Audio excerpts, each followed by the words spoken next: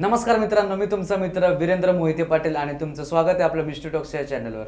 तर आज आपल्या इकडे जे पाहुणे आलेले आहेत ते बीडवरून आलेले आहेत, तर चला त्यांच्यासोबत गप्पा मारूयात, त्यांच्यासोबत घडलेले अनुभव ऐकूयात। नमस्कार सर। नमस्कार। काय आपलं नाव? अजय परमेश्वर अंदवे। बरं, कुठे राहता सध्या सर तुम्ही? सध्या वारजेमध्ये। पुण्यात? हां, पुण्यात। आणि मूळचे कुठले तुम्ही? बीड, अंबाजोगाई। बरं, आणि ॲज अ प्रोफेशन काय करता तुम्ही? स्वतःचा बिझनेस आहे महाकाल ट्रॅव्हल्स म्हणून। बरं, काय काय कसे कसे तुमच्याबरोबर अनुभव घडले होते, ह्याची सुरुवात कशी झाली? सुरुवात माझ्या गर्लफ्रेंडपासून झाली, एक्स गर्लफ्रेंड। तिच्यासाठी इथं पुण्यामध्ये आलो, म्हणजे आमचं रिलेशनशिप जास्त 6-7 महिने चाललं। म्हणजे स्टार्टिंगपासून आमच्या इंस्टाग्राम ओळख झाली, चॅटिंग वगैरे, पुन्हा मेसेज, पुन्हा कॉलवर बोलणं। पण तिनं सांगितलं असं असं आहे पुण्यामध्ये, काम वगैरे चांगलं आहे, येतोस का? मग तिथून आलो पुण्यामध्ये। स्टार्टिंग पुण्यामध्ये मला काम भेटलं नाही कुठेच। तिनं स्टार्टिंग खोटं बोललं मला, काम वगैरे काहीच नव्हतं, फक्त तिनं बोलून घेतलं मला पुण्यामध्ये। आलो पुण्यात, तिथं उतरलो, तिला बोललो, कॉल केला, मला असं असं मी आलेलो आहे। तिनं कॉल उचलला नाही, डायरेक्ट कॉल कट करायची। 2-3 दिवस कंटिन्यू कॉल ही करायची, म्हणजे 2-3 वेळेस कॉल केलेले। मग तिनं दुपारून आली, त्याच दिवशी दुपारून आली, तिला सगळं सांगितलं असं असं आहे, म्हणलं पैसे नाहीत माझ्यापेक्षा काहीच। कोण आले? ते भेटायला आले का तुम्हाला? ती भेटायला आली मला पुन्हा। ती म्हणली सॉरी, म्हणली वडील होते त्यामुळे कॉल उचलला नाही तुझा, कॉल कट करत होते। बरं म्हणलं चालतं, म्हणलं जाऊ दे, असं असं आहे, म्हणलं सध्या पैसे वगैरे काहीच नाहीत, मी तसंच आलो। बरं म्हणली चालते। मी जास्तीत जास्त काही करू शकत नाही, कामाचं बघितलं होतं पण तिथं कामाचं काय ॲडजस्ट नाही झालं। मी फक्त पैशाची नाही पण खाण्यापिण्याची व्यवस्था करते तुझी। मग मी काम बघितलं, कंटिन्यू माझे 10 दिवस असे गेले की ते अनुभवही माझे आयुष्यातले मी कधी विसरू शकत नाही। मग ज्यावेळेस त्यांनी 2 दिवसानंतर तुम्हाला तुमचा फोन वगैरे उचलला, मग तुम्ही 2 दिवस राहिला कुठं, खाल्लं कसं काय, सगळ्या गोष्टी कुठे केल्या सगळ्या? मी स्टार्टिंग तिथं वारज्यामध्येच होतो, काम बघत होतो। दिवसा काम बघायचं, संध्याकाळी जाऊन स्मशानभूमीमध्ये जाऊन बसायचं। झोपायचे तुम्ही कुठं? स्मशानभूमीमध्येच। अच्छा, तिथंच मी स्टार्टिंग, म्हणजे मला माहीत नव्हतं हे स्मशानभूमी इथं आहे म्हणून। मी 2-3 जणांना विचारलं असं असं आहे का कुठं, ते म्हणजे तुला काय करायचं आहे, काय संबंध तुझा? मग एका दिवशी एक जायलं होतं मडं, म्हणजे त्यांचं बायको होती त्याची, तर ते वारलेली होती, ते नेत होते त्यांना। तर तिथं गेलो मी त्यांच्या मागं। तिथं स्टार्टिंग त्यांना सांगितलं अशी अशी राऊंडची गाडी असती, करेक्ट 12 वाजता फिरती, आणि 12मध्ये जर कोण मध्ये दिसलं त्यांना उठून मध्ये टाकतात। कुठली राऊंडची गाडी? पोलिसांची राऊंडची गाडी। मग तिथं थांबलो मी बाहेरच, 12 वाजले करेक्ट, पोलिसाची एकदा गाडी राऊंडची येऊन गेली। मी गेलो गेटच्यामध्ये, तिथं जाळले होते एक मडं, मग तिथं थांबलो तर त्यांचा हुजेस्तोवर मी तसंच मध्ये गेलो स्मशानभूमीमध्ये। तर तिथं माणसं वगैरे होती, तर थांबलो मी, तिथं माणसं वगैरे सगळं जायजोस्तोवर। माणसं अर्ध्या तासानं माणसं गेले असतील सगळे, तिथं मध्ये गेलो, तिथं जाळलेलं होतं, मग गार खूप लागलं म्हणून तिथं थांबलो मी जाऊन। तर तेवढं काय वाटलं नव्हतं मला, गेलो थांबलो त्याच्यापाशी, तर तिथे एक बाई बसलेली होती, तिथं स्वतः त्या ह्याच्याकडे बघत होती बसलेली। त्यांना विचारलं मी इथं काय करायला मला इतक्या रात्रचं? कुठं बघत होती बाई? त्या स्वतःच्या मड्याकर जळत होता। तुम्हाला कसं माहिती का ती तीच बाई म्हणून बसलेली तिकडं? आता ते त्या टायमिंगला मी तेवढं मला काय माहीत नव्हतं हेच बाई आहे म्हणून, फक्त मी विचार केला, म्हणलं ही बाई इतक्या रात्र का बसली असेल इथं। त्यांना बोललो मी, सगळं व्यवस्थित त्यांच्याकडून ऐकून वगैरे घेतलं। तर त्यांना मला हे सांगितलं की बाबा हे स्वतःचे जाळले, हे स्वतः मी आहे। मला विश्वास नव्हता, हे काही पण म्हणतील म्हणलं आजकालचे, कशाला विश्वास करा, मस्करी करत असेल म्हणून मी चेष्टामध्ये घेतलं। मग मी ऐकून घेतलं तिचं। काय काय सांगितलं त्यांनी तुम्हाला? तर त्यांना मला म्हणले असं असं आहे, म्हणले माझ्या स्वतः नवऱ्यानं मला मारलेलं आहे। म्हणलं कशामुळं, काय झालं?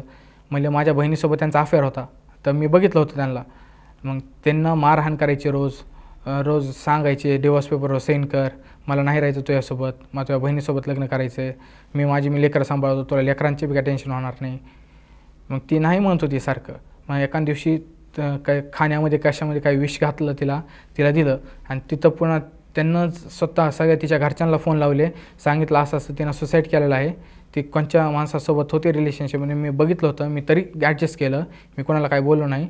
तर तिनं स्वतः शर्मिंदा होऊन हे केलेलं आहे, असं तिच्या नवऱ्याने सांगितलं? हां, असं तिच्या पण आम्हाला तिच्या नवऱ्यानं सगळं सांगितलं। सांगितलं? आणि ते फोन करून त्यांच्या घरच्यांना सांगितलं अगोदर। हां, मग मी पुन्हा त्यांना बोललो त्या मॅडमला, म्हणलं हे कसं, म्हणलं काय खरं वाटणं म्हणलं मला हे तुमचं। पण ते माझ्याकडे बघून हसले फक्त, बाकी काय बोलले नाही, काय नाही। तिथं मी थांबलो, त्यांचं ऐकलं। सकाळी पहाटे 4 वाजले सगळं त्यांचं बोलणं वगैरे ऐकून। तर पहाटे 4 वाजता त्यांना विचारलं चहा वगैरे काय घ्यायचा? ते म्हणजे नाही म्हणले, जाऊन या तुम्ही। मी गेलो बाहेर, मला वापस यायला 6 वाजले। 6 वाजता तिथं माणूस जाडत होता, सगळं ते लाकडं वगैरे गोळा करत होता। मी त्यांना विचारलं, म्हणलं काका म्हणलं इथं काल एक बाई बसलेली, ते कुठे गेली? ते म्हणे नाही म्हणले इथं कोणचीच बाई वगैरे येऊ शकत नाही म्हणलं. तसं का म्हणलं, नाही तर बायांना वगैरे अलाउडच नाही कोणच्या. मी म्हणलं अहो काका म्हणलं काल रात्री होती माझ्यासोबत बसलेली. म्हणले नाही म्हणले कोणची बाई, काल रात्री फक्त इथं बाईचं मडं आणलेलं आहे, त्याच्यावर काहीच नाही. म्हणलं काका मला स्वतः बोललेली आहे. मला असं कसं म्हणतात तुम्ही. नाही म्हणले.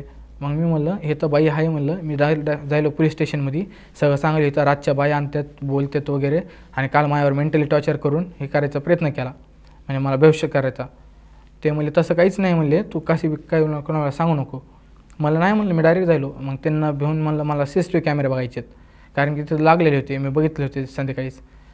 त्यांना म्हणले ते दाखवत नाही म्हणले. म्हणलं जायलो पोलीस स्टेशनमध्ये हे सगळं सांगायलो, आणि हे रातची बाई आहे म्हणून हे कन्फर्म पोलिसांना एकदा कळलं तर पोलिस बघा मग तुमची ड्युटी जाईन. त्यांना म्हणले चल माझ्यासोबत.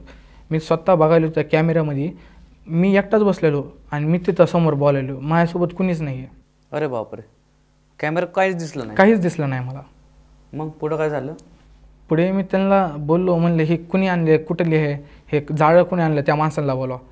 त्यांना वगैरे बोलून घेतलं. तर त्यांना स्टार्टिंगला तर मला म्हणले होते नाही म्हणले आम्ही असं कोणाला बोलू शकत नाही.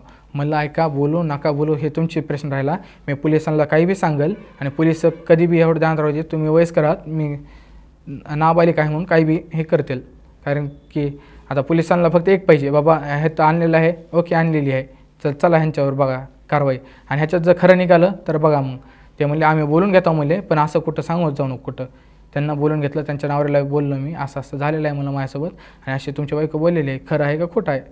ते म्हणले तू कोण आहेस, का आहेस, मला विचारलं तुझा काय संबंध विचारायचा. म्हणलं माझा काही संबंध नाही आहे, मला हे सगळं सांगितलेलं आहे, आणि हे सगळं मी जाऊन पोलीस स्टेशनमध्ये सांगणार आहे. आणि ह्याच्यावर त्यांना मला प्रूफ बी दाखवलं आहे, कुठं कुठं काय काय लपवलं आहे त्यांना. मी सगळं घरामध्ये जाऊन पोलिसांना नेणार आणि छानबीन करा, आणि निघालं तर विचार करा. मग त्यांना मला साईटला घेतलं, मला बोलले असं झालेलं आहे म्हणले, कोणाला काय बोलू नकोस तू, स्टार्टिंगला तुला काय पाहिजे ते सांग म्हणले. मला काहीच पाहिजे नाही, फक्त माझी ही हालत आता जे सध्या माझ्या डोक्यात विचार ठेवले आहेत ना, हे सांगायसारखे विचार नाही आहेत म्हणलं. ह्यांना स्वतः मला ती बाई बोललेली आहे म्हणलं, तुम्ही असं कसं म्हणतायत आणि का मारलं म्हणलं त्यांना. ते म्हणले तुझा काय प्रश्न नाही याच्यामध्ये, हे माझी वैयक्तिक बाईक होती, मी काहीही करीन. तसं नाही म्हणलं. मी डायरेक्ट पोलीस स्टेशनमध्ये त्यांच्या आईवडिलाला बोलून गेलो, आणि तुमचं ज्यांच्यासोबत अफेअर चालू आहे ना त्यांना बोलून गेलो. स्वतः तुमच्या बायकोनं फोटो असे लपविलेले आहेत. तसं काही नव्हतं, लपविलेलं वगैरे नव्हते, मी फक्त खरं काढण्यासाठी मी बोललो त्यांना. मग त्यांना मला सगळं सांगितलं, आहे असं झालेलं आहे, मी स्वतः मारलेलं आहे. मी तेवढं ऐकून माझी मी गप्प बसलो, मी कोणाला काय बोललो नाही, काही नाही. माझी मी तिथून निघालो, मला काहीच संबंध नव्हता. पुन्हा त्यांना एवढं कन्फर्म केलं फक्त माझं, बाबा दिसलं मला म्हणून. तिथून मी पुन्हा बाहेर आलो. मी विचार माझा कंटिन्यू तेच चालू होता, अजून 9 दिवस काढायचे, कसे काढायचे, काय काढायचे, असं कंटिन्यू व्हायला तुझ्यासोबत, काय करावं. मला एका जणांना सांगितलं ऐक म्हणले असं इथून सरळ. तिथून बाहेर पडल्यानंतर गेले कुठे तुम्ही मग तिथून? मी तिथून बाहेर पडल्यानंतर स्टार्टिंगला तर मी नुसतं बाहेर चौकामध्येच होतो, म्हणजे फिरत होतो इकडे तिकडं कामासाठी. पण विचार माझ्या डोक्यात तेच चालू, काय करू काही समजत नव्हतं.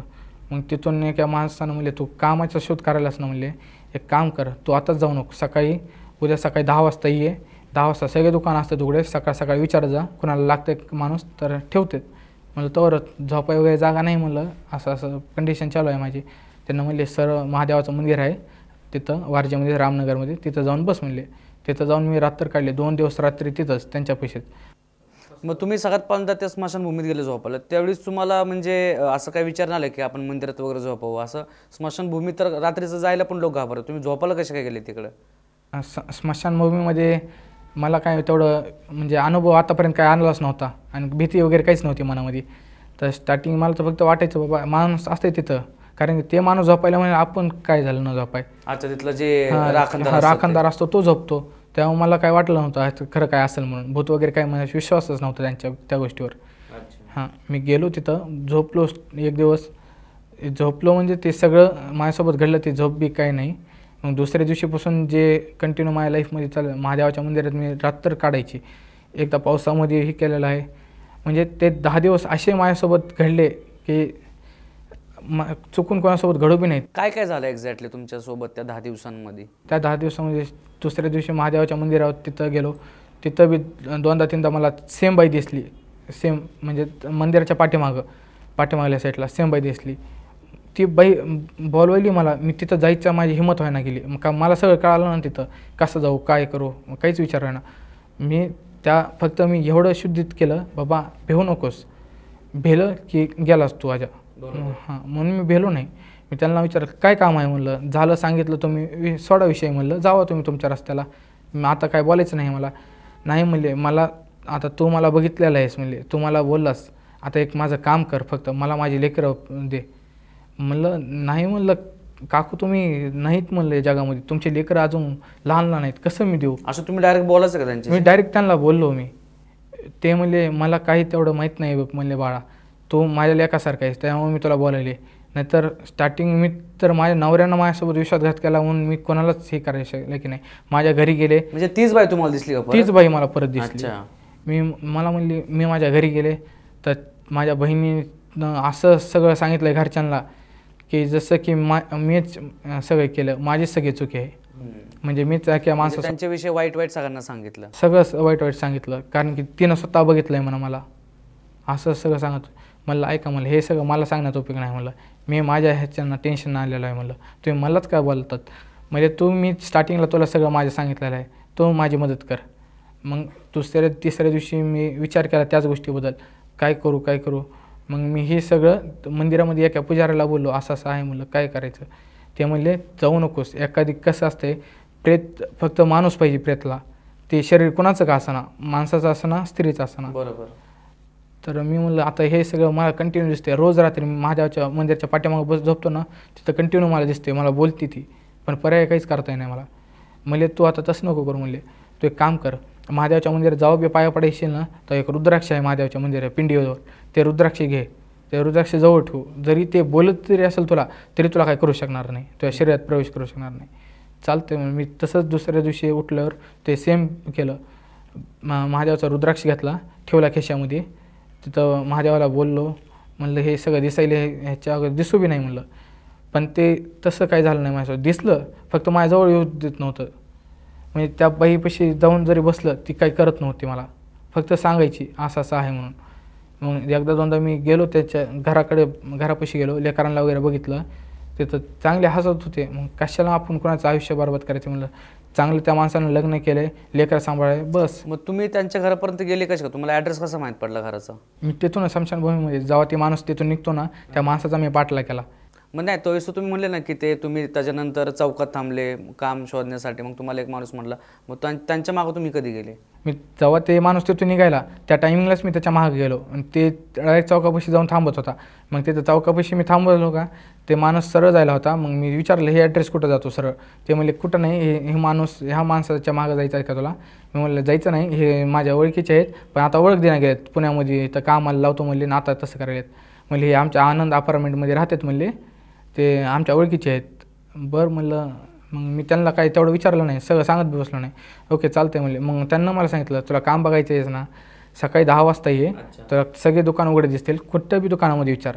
आणि स्टार्टिंग मी कपड्याच्या दुकानावर लागलो कामाला इथं आल्याला.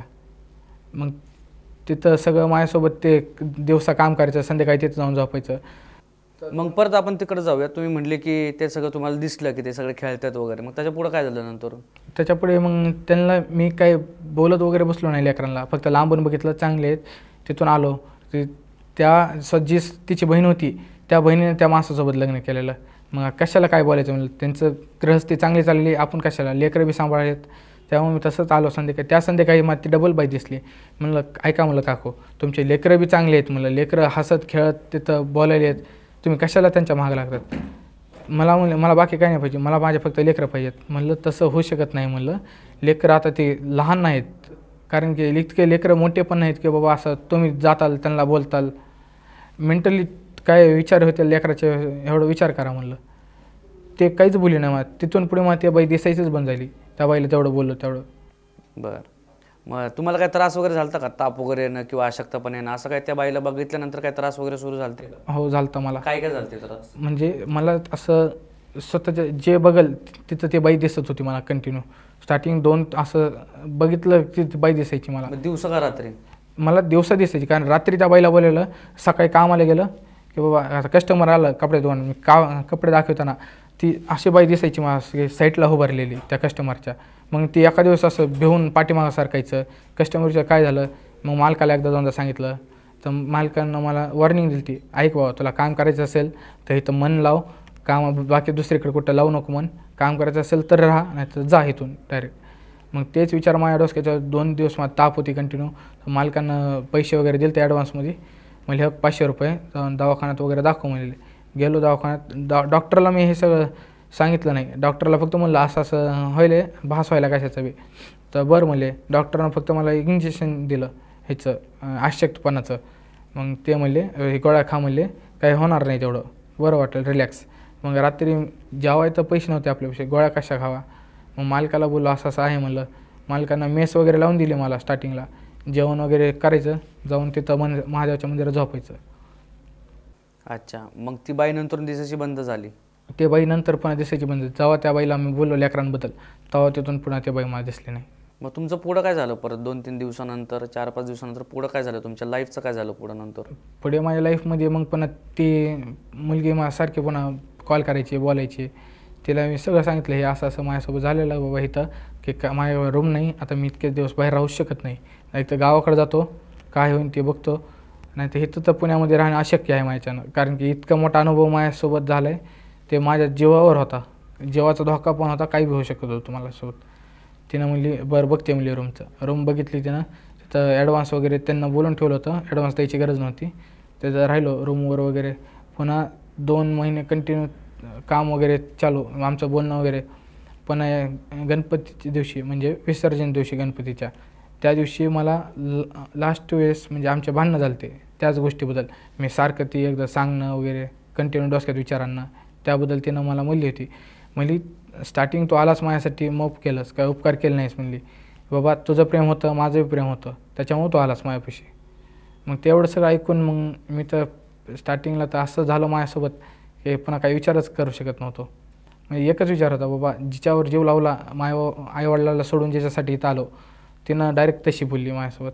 मग एकच विषय सुसाईडचा, तेच मला प्रश्न दिसत होता, बाकी काहीच मला दिसत नव्हतं, सुचत नव्हतं.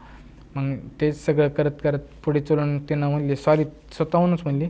मला फक्त त्या टायमिंगला इगो वगैरे त्या नादात तू कंटिन्यू त्याच बाईचा विचार आणत होतास, त्याच्यामुळे मी तो तसे बोलले. म्हणलं तू बोललीस ते खरं झालं, पण माझा विचार करायचा ना, मी माझे आईवडील सोडून आलो. हे काही असं सध्या कोणी सोपं नाही आईवडिलाला सोडून सगळं स्वतःचं असून देखील इथं काम करणं. का फक्त तुझ्यासाठीच करायलो ना, आता काय कमी आहे म्हणलं माझ्याकडे. आता गावाकडे गेलो तर आत्ता फिरू शकतो म्हणलं स्वतःच्या पैशावर. तरी इथं आलो, कमवायलो तुझ्यासाठीच कमवायलो ना. मग पुढं काय आलं? मग पुढे तिनं 5-6 दिवस नीट बोलली. ते मला माहीत नव्हतं. तिचं म्हणजे पहिलं ब्रेकअप झालेलं आहे तिचं. पहिला नात्यातलाच वगैरे एक मुलगा होता तिचा, तर त्यांच्यासोबत घरच्यांना वगैरे कळालं तर त्या मुलांना मागणी वगैरे घातली होती, तर तिच्या घरच्यांना ॲक्सेप्ट केलं नाही, मारलं त्या मुलाला. मग तिनं 2 महिने कंटिन्यू डिप्रेशनमध्ये राहत, त्या दौरे वगैरे कसे बी पडत होते ते तिनं मला सांगितलं. पुन्हा असं असं होतं बाबा पहिलं. म्हणलं मला का सांगितलं नाही म्हणलं, इतक्या दिवस अंधार ठेवायचंच नाही ना, डायरेक्ट सांगायचं बाबा असं असं होतं म्हणून माझं फास्ट. मी ॲक्सेप्ट बी केलं असतं. ती म्हणली माझ्या ताकदच नव्हती तुला त्या टायमिंगला बोलायची. बरं चालतं आहे म्हणलं, माझं ते काही विषय नाही बाबा, तुझा पास्ट होता ओके होता, आता नाही ना, आता तू माझ्यासोबत आहेस ना, मी आत्ता बी तुझ्यासोबत लग्न करायला तयार आहे. मग आम्ही तिथून आळंदीमध्ये गेलो लग्न करण्यासाठी. आळंदीमध्ये आम्ही असं तिथं कोर्टापाशी जातच असताल तर मला त्या डबल त्या बाईचा आवाज आला. पुन्हा परत मला आवाज आला. काय म्हणून? म्हणजे त्या बाईनं ते मुला म्हणून असं आवाज दिला पाठीमागून, कारण ते नाव वगैरे काही सांगितलं नव्हतं त्यांना. मुला म्हणून आवाज आला. मी बघितलं पाठीमागून, तर मला तीच बाई दिसली परत. मी तिथं वर जाऊ शकलो नाही. मी विचार करायला, ती म्हणती चल ना वगैरे, चल म्हणून थांब म्हणलं आताच नाही काम आहे. गेलो परत तिथं, नेमकं बोललेलो तिला काय झालं कशामुळं. ती म्हणे कोणाला बोलायलास काय बोलायलास, 1 मिनिट थांब म्हणलं. मी त्यांना बोललो काय झालं का बोलायला, तर सगळे आजूबाजूचे माझ्या तोंडाकडे पाहिले. त्यामुळे हेडफोन घातला कानामध्ये आणि हे करत बसलो, त्यांना बोलत बसलो. त्यांना सांगितलं असं असं माझ्या मुलीला मारले, माझ्या बहिणीनं रक्त निघायले, घरी कोणीच नाही, असं तसं. मी विचार करायला आळंदी ते वारचे 3 तास लागतील जायला म्हणलं कशी बी, आणि इथं जाऊन तिथं त्यांना सांगण्यापुरेस वगैरे करू काय मी. त्यांना म्हणलं ऐका म्हणलं मी इथं आळंदीमध्ये आहे, आता काय होऊ शकत नाही. म्हणले तू कसं बी करून जा म्हणले माझ्यासाठी तेवढं. मग मी तुझ्या पाया पडायला तयार आहे. मी म्हणलं शक्यच नाही म्हणलं काकू, मला जाणंच होत नाही म्हणलं, समजून घ्या. म्हणले नाही म्हणले मला जावंच लागते. तिनं अशी म्हणली, ते त्या टायमिंगला हेच केलं नाही. मी जसं कोर्टामध्ये झालो तिला सोडून जी माझी गर्लफ्रेंड होती तिला तिथंच सोडून कोर्टाच्या पायऱ्यापाशी जाऊन मी बस पकडली वारजेची. तसंच खाली आलो, तिथं बघितलं तर होती मुलगी बारकी, तिचं लागलेलं होतं, इथं मारलेलं होतं कशानंतर, रक्त निघालं होतं. तिथं कुणीच नव्हतं. मी आजूबाजूच्या माणसांना विचारलं अशी अशी मुलगी आहे, ते कुणाची आहे, लागलेला वगैरे आहे दिसायला तिचा. तिथं त्यांना फोन लावला तिच्या वडिलांना दवाखान्यात तिला ॲडमिट केलं. म्हटलं काय झालं कशामुळं, त्या मुलीनं सांगितलं असं असं आईनं मला मारलं आहे म्हणून. मी विचार केला, म्हणलं ही बाई स्वतःच्या लेकराला काय झालं, ही आपल्या पैशाची येईल नेमकं कशामुळं काय. मग तिच्या वडिलांनी तुम्हाला विचारलं नाही का की तू कसा काय आला, तुझा काय संबंध इकडे यायचा वगैरे? मला विचारलं, मी त्यांना सांगितलं हे असं असं झालं माझ्यासोबत. मी लग्न करायला गेलो कोर्ट मॅरेज, तिथं मी कोर्टाच्या पायरीपाशी तिला सोडून आलो. मला येऊन बोलले ती तसे, म्हणून मला खरं कळालं. म्हणजे तर मला खरं बी कळालं नसतं नाही खरंच लागलेलं आहे म्हणून. तर तिच्या नवऱ्यानं स्टार्टिंगला तर मला म्हणलं तू आमच्यावर नजर ठेवायला स्वीकारायलाच केस करेन. करा म्हणलं केस, मला बी तुमच्याबद्दल सगळं माहीत आहे आणि सबूत तुमच्या घरामध्येच लपलेले आहेत. फक्त हे मला माहीत आहेत कुठं कुठं लपलेले आहेत, ते तुम्हाला बी माहीत नाहीत. मी सगळं पोलिसाला सांगा, मग केस कोणावर राहणार, माझ्यावर का तुमच्यावर? मग त्याच्यावर त्यांना काय आम्हाला बोलले बी नाहीत. ते म्हणले चालते म्हणले, इथून पुढे काय हे करू नकोस, आमचे लेकरं मरू वाचू काही बी हो, तू आमच्या दारीत येऊ नको. चालते म्हणलं, मी इथून पुढे काही येणार नाही म्हणलं. मग ज्यावेळेस तुम्ही तिथून आळंदीतनं निघाले, मग त्यावेळेस तुमच्या गर्लफ्रेंडने तुम्हाला बोलले का कुठं चालला, काय चाललं, मला इथंच मध्ये सोडून? तिनं विचारलं मला खूप, पण तिला काही सांगू बी शकत नव्हतं ना त्या टायमिंगला. कारण की माझ्या विचार डोसक्यात एकच, बाबा लेकराला काय होणार त्या. हां, तसंच मी तिथून गेलो. ती म्हणले कसं काय, मला कॉलवर नाही तर नाही, तिनं तिथं वारजेमध्ये पोहोचतेच तर अशा शिव्या आणि अशा बोलणं होतं तिथं. मला वाटलं ती आमची लास्ट भेट होती असं मला वाटलं. कारण तिथून पुढे मला शक्य नव्हतं बाबा ती रिलेशनशिप ठेवलं म्हणून. मग पुढं काय झालं? मग हॉस्पिटलच्या इथून पुढे गेल्यानंतर? हॉस्पिटलच्या पुढे गेल्यानंतर त्यांना सांगितलं मला. मग मी खाली आलो. खाली मग तिला कॉल केला, असं असं झालं तर मला डबल बाई दिसली होती म्हणून हे केलं. बरं चालतं आहे म्हणली, मी बी आले आता घरी, आता जाऊ दे लग्नाचं आता काही हे शक्य होत नाही म्हणली, बघत पुढे चालतं आहे मला. मग तसंच मी संध्याकाळचा आता झालताच टाईम, मग जायचं होतं झोपाय. जेवण आधी मेसला गेलो, जेवण केलं, सरळ आलो रात्री. हां, रूमवर नाही, महादेवाच्या मंदिरात. नाही तुम्ही तर म्हणले ना रूम वगैरे घेतली? हो, रूम वगैरे घेतली. मी आधी महादेवाच्या मंदिरात हे सगळं सांगण्यासाठी. तिथं दिसू नये मला डबल, त्यामुळे मी तिथं गेलो, पाया पडल्या, असं दिसू नये बाबा म्हणून सगळं सांगितलं. तिथंच महादेवाच्या मंदिराच्या पाठीमागं जावं निघताना तेव्हा तीच बाई मला दिसली. म्हणलं ऐका, म्हणलं तुम्हाला हात जोडतो, म्हणलं मायाच्यानं काय आता इथून पुढे होणार नाही हे सगळं. ते बाबा तुमच्या स्वतः मला वैयक्तिक तुमचा नवरा असा असा बोललेला आहे, त्याच्यावर मायाच्यानं काही शक्य नाही, आता पुढला पर्याय तुमचा. मग ते काय बाई बोलली नाही, काहीच नाही, ते तशीच निघून गेली. त्याच्यानंतर मला ते बाई आतापर्यंत नाही दिसली. अच्छा, मग त्याच्यानंतर परत काय त्रास वगैरे झाला किंवा तिच्या नवऱ्यासोबत तुम्हाला काय कॉन्टॅक्ट वगैरे झाला का? नाही, काहीच नाही झालं त्यांच्यासोबत. बरं, म्हणजे त्याच्यानंतर काय तुम्हाला परत दिसली नाही, काय नाही, त्रास नाही झाला? मग तुमच्या गर्लफ्रेंडचं झालं काय पुढं? मग पुन्हा ते आमचं कंटिन्यू रिलेशनशिप आमचं चालू. पुन्हा तिच्या घरच्यांना वगैरे कळालं हे असं आळंदीला वगैरे गेलो, म्हणून तिच्या घरच्यांना कॉल वगैरे केला मला, भेटायचे बोलायचे म्हणून. गेलो भेटाय बोलाय. तिच्या घरच्यांना वगैरे मला सगळं म्हणले, बाबा असं असं आहे पहिलं. हो म्हणलं काका मला माहीत आहे सगळं, जाऊ द्या म्हणलं, मला पहिलं तिच्या पास्टहून काही घेणं देणं नाही, ते प्रेझेंटमध्ये माझ्यासोबत आहे ना, चालतं आहे ना, मी लग्न बी करायला तयार आहे, सगळं करायला तयार आहे. नाही म्हणले आम्ही म्हणजे दुसऱ्या कास्टमध्ये आम्ही लग्न करू देत नव्हतो, इंटरकास्ट मॅरेज करू देत नव्हतो. म्हणलं मला काय प्रॉब्लेम नाही, म्हणलं नेमकं का नाही, म्हणले आम्हाला करूच द्यायचं नाही. मग मी त्यांना तिनं सांगितलं होतं माझ्या आईवडिलांचं बी लव्ह मॅरेज आहे. मग मी त्यांना त्याच मुद्द्यावर बोललो, काका म्हणलं तुमचं बी बहुतेक लव्ह मॅरेज आहे ना? हो म्हणजे तुला काय करायचं आहे? नाही म्हणलं सांगायला तुम्हाला, तुमची बी कास्ट वेगळी आहे, त्यांची आईची बी कास्ट वेगळी होती. हो म्हणले होती वेगळी, पण आमचं घरच्यांचं होतं मान्य, त्याच्यामुळे आम्ही लग्न केलं. पण तिच्या घरच्यांचं मान्य नाही, स्वतः माझं मान्य नाही, मी तिचा बाप आहे. मी त्यांना एक सांगितलं होतं, काही वेळ हो जात लग्न तर मी करणारच, आणि पुढे तुमचा प्रश्न राहिला तुम्हाला काय करायचं ते. मग त्यांना केस वगैरे केली, पोलीस स्टेशनमध्ये बोलून घेतलं. मॅडम वगैरे बोलल्या मला कशामुळं काय करायलास, का त्रास द्यायलास. मग मी ही विचार केला नव्हता ती पलटल म्हणून. ऐन टायमाला ती पलटली पोलिसांसमोर. ती डायरेक्ट मला एकच म्हणली, बाबा मी तुला ओळखत नव्हते, काय नव्हते, तोच माझ्या मागं लागलास. तिथं माझ्या पायाखाली अशी जमीन गेली ती त्या टायमिंगची. मी विचार करत होतो. मग काय त्याच्यानंतर तुमचं रिलेशन ब्रेक झालं? रिलेशन आमचा ब्रेक म्हणजे असा ब्रेक नाही झाला.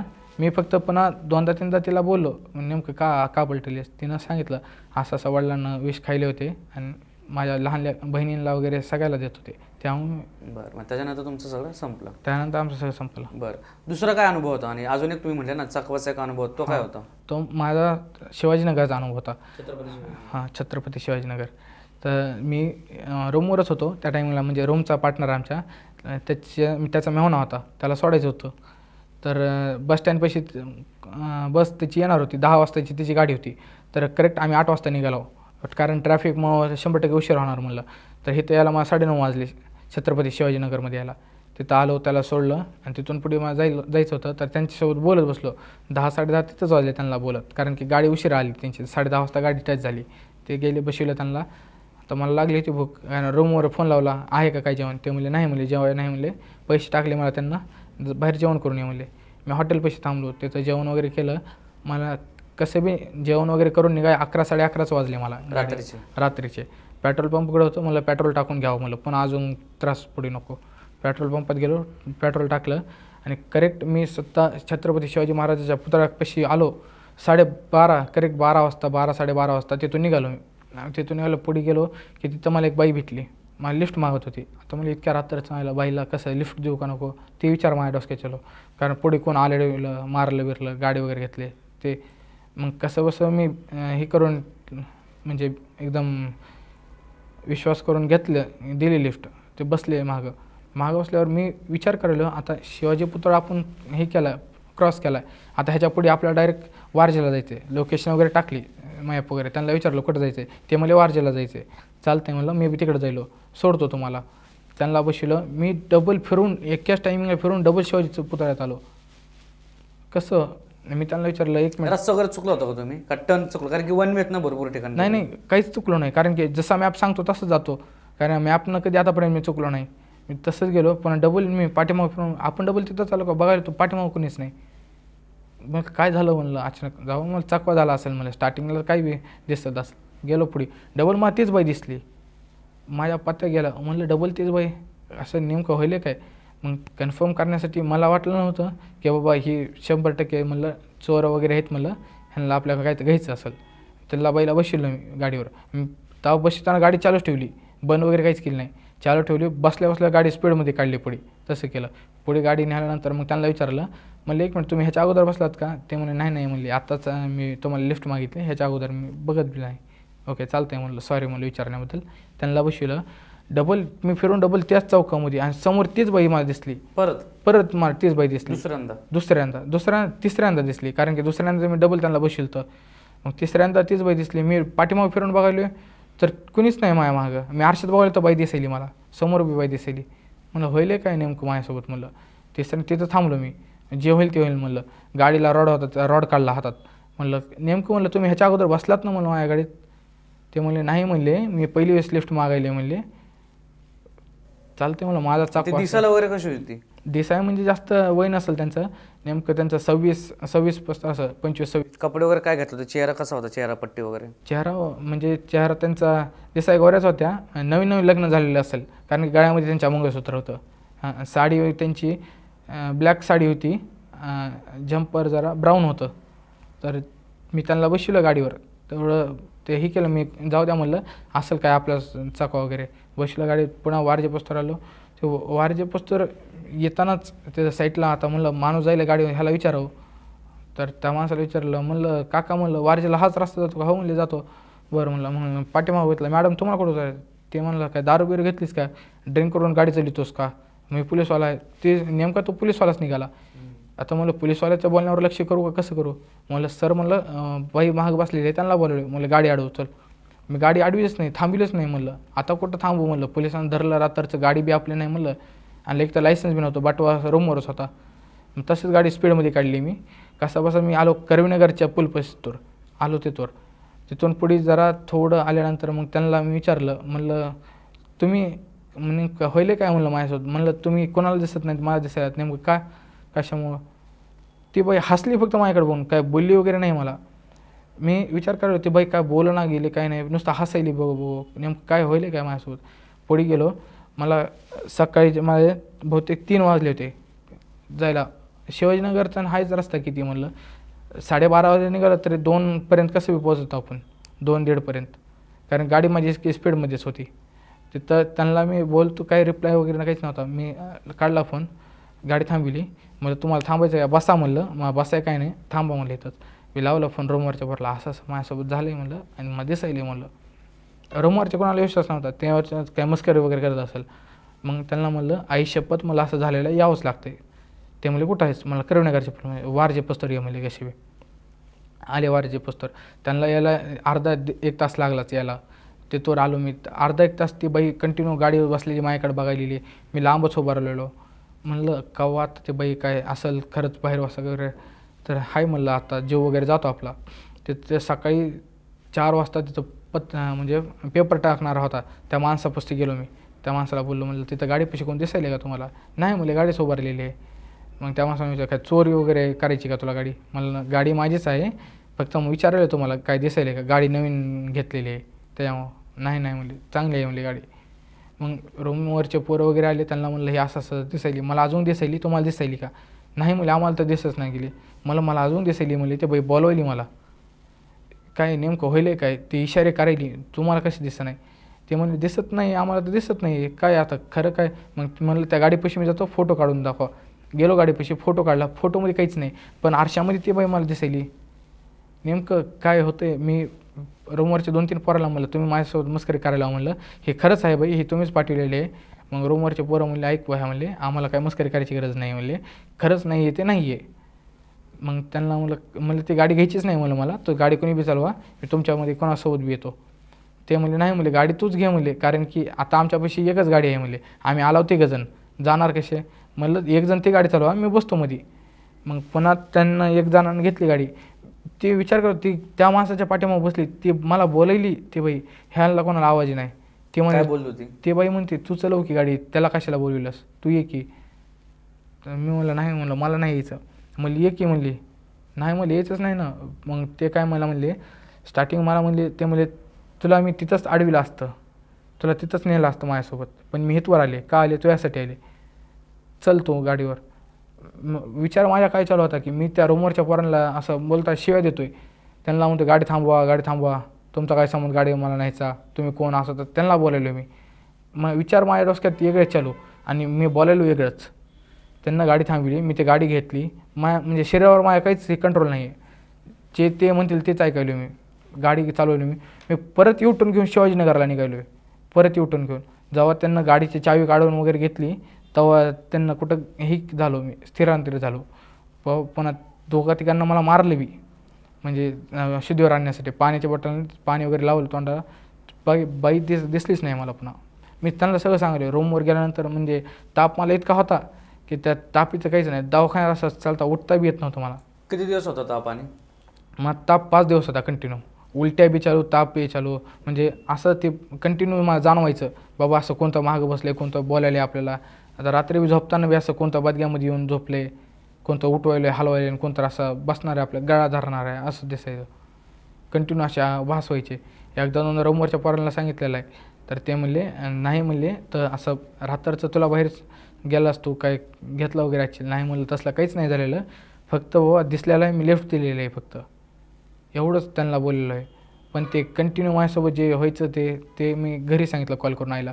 आई मला असं असं माझ्यासोबत घडायलं आहे म्हणलं. आई म्हणली तू स्वामी समर्थांचे उपवास करत होतास ते आहेत का चालू.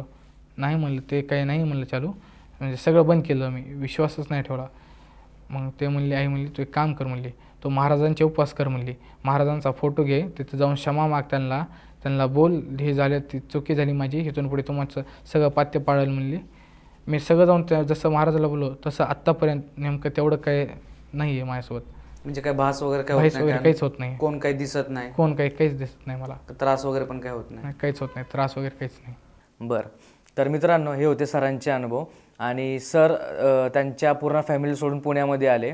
तर ह्या व्हिडिओच्या मार्फतनं मला एकच सांगणं आहे सगळ्यांना की तुम्ही तुमच्या आईवडिलांना सोडून जर इकडं पुण्यामध्ये मुंबईमध्ये येत आहेत शिक्षणासाठी किंवा बाकीच्या कामांसाठी, तर तुम्ही पहिलं तुमच्या कुटुंबाचा विचार करा. कारण की ज्यावेळेस तुम्ही इकडे येता तर तुमच्या कुटुंबाला तुमच्याकडनं खूप अपेक्षा असतात, तर त्या भंग नका करू. व्यवस्थित ठिकाणी तुम्ही जर इथं शिक्षणासाठी येत आहे किंवा काय कामधंद्यासाठी येत आहे तर प्रॉपर त्याच गोष्टींमध्ये लक्ष द्या. कारण की तुम्ही इकडे ज्यावेळेस येतात त्यावेळेस तुमच्या आईवडील तिकडे खूप अभिमानाने सांगत असतात, तर तुमच्याकडनं इथं जर काही चुका झाल्या तर तुमच्यापेक्षा जास्त लास्ट त्यांना वाटते. तर कृपया ह्या सगळ्या अशा काही गोष्टी करू नका. आणि वय जरी कमी असेल काही नसेल तर व्यवस्थित चांगल्या गोष्टींचा गायडन्स घ्या, मगच ह्या मोठ्या मोठ्या सिटींमध्ये या पुणे मुंबईमध्ये, कारण की इथं जर माणूस घडू शकतो तर त्याच्यापेक्षा दुपटीने बिघडू शकतो. तर ह्या व्हिडिओच्या मार्फतनं आम्हाला तुम्हाला हाच संदेश द्यायचा होता. तर ह्या व्हिडिओतून अजून तुम्हाला काय शिकायला भेटलं नक्की कमेंट करून सांगा. तर चला आज आता इकडंच थांबूयात. धन्यवाद. जय हिंद, जय महाराष्ट्र.